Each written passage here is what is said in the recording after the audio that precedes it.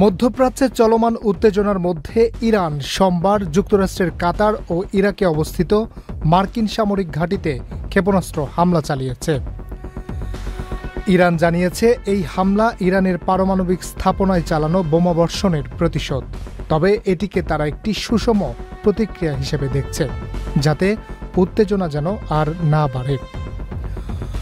সোমবার রাতে ইরানের সর্বোচ্চ জাতীয় নিরাপত্তা পরিষদ এক বিবৃতিতে জানায়, কাতারের আল উদেইদ বিমান ঘাঁটিতে যতগুলো ক্ষেপণাস্ত্র নিক্ষেপ করা হয়েছে তা যুক্তরাষ্ট্রের বোমাবর্ষণের সংখ্যার সমান।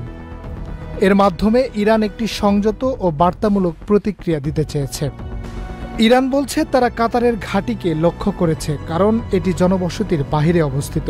হামলায় কারো মৃত্যু বা আহত হওয়ার খবর পাওয়া যায়নি বলে নিশ্চিত করেছে কাতার গণমাধ্যম।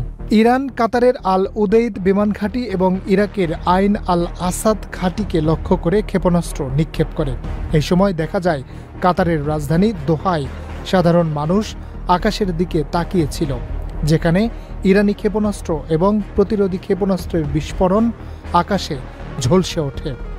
হামলার সময় ইরানের রাষ্ট্রীয় টেলিভিশনে দেশপ্রেমমূলক সঙ্গীত বাজানো হয় এবং স্ক্রলে লেখা ছিল, আমেরিকার আগ্রাসনের বিরুদ্ধে একটি শক্তিশালী ও সফল প্রতিক্রিয়া এটি।